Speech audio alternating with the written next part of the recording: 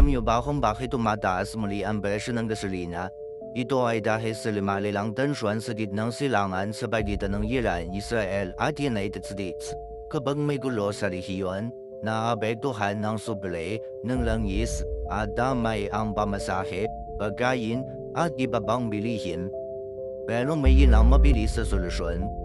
Una, palawakin ng work from home sa trabahong kayang i-online, mas kaunting biyahe, mas kaunting gasolina. Ikalawa, dagdagan ng bus at train sa rush hour para mas maraming makapag-commute nang hindi gumagamit ng sariling sasakyan. Ikatlo, temporary fuel subsidy para sa jeepney, tricycle, bus at delivery drivers. Ito ay pansamantalang tulong sa gasolina para hindi agad tumaas ang pamasahe o presyo ng produkto. Hindi nito mapababa agad ang presyo ng gasolina, pero makatutulong ito mapagaan ang epekto sa araw-araw na buhay ng mga Pilipino.